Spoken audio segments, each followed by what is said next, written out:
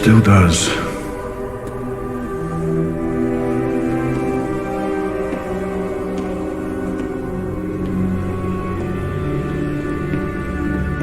That's close enough, Inspector.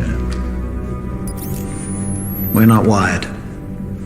I'm sorry, but a man in my position survives by taking every precaution. You've information for us? No, you already have the information. All the names and dates are inside your head. What you want, what you really need, is a story. A story can be true or false. I leave such judgments to you, Inspector. Our story begins, as these stories often do, with a young, up-and-coming politician. He's a deeply religious man and a member of the Conservative Party. He's completely single-minded and has no regard for the political process. The more power he attains, the more obvious his zealotry, and the more aggressive his supporters become. Eventually, his party launches a special project in the name of national security. At first, it's believed to be a search for biological weapons, and it's pursued without regard to its cost. However, the true goal of this project is power, complete and total hegemonic domination. The project, however, ends violently. But the efforts of those involved are not in vain, for a new ability to wage war is born from the blood of one of the victims. Imagine a virus, the most terrifying virus you can, and then imagine that you and you alone have the cure. But if your ultimate goal is power, how best to use such a weapon? It's at this point in our story that along comes a spider. He is a man seemingly without a conscience, for whom the ends always justify the means, and it is he who suggests that their target should not be an enemy of the country, but rather the country itself. 3 targets are chosen to maximize the effect of the attack: a school, a tube station, and a water treatment plant. Several hundred die within the first few weeks. That Three Waters has, in fact, been contaminated. Authorities are attempting to control its deadly spread. Sent a wave of destruction throughout the underground. Fueled by the media, fear and panic spread quickly, fracturing and dividing the country until at last the true goal comes into view. Before the St. Mary's crisis, no one would have predicted the results of the election that year, no one. And then not long after the election, lo and behold, a miracle. Some believed it was the work of God himself, but it was a pharmaceutical company controlled by certain party members that made them all obscenely rich. A year later, several extremists are tried, found guilty and executed, while a memorial is built to canonize their victims. But the end result, the true genius of the plan, was the fear. Fear became the ultimate tool of this government, and through it, our politician was ultimately appointed to the newly created position of High Chancellor. The rest, as they say, is history.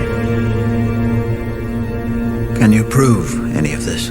Why do you think I'm still alive? Right. We'd like to take you into protective custody, Mr. Rookwood. Oh, I'm sure you would. But if you want that recording, you'll do what I tell you to do.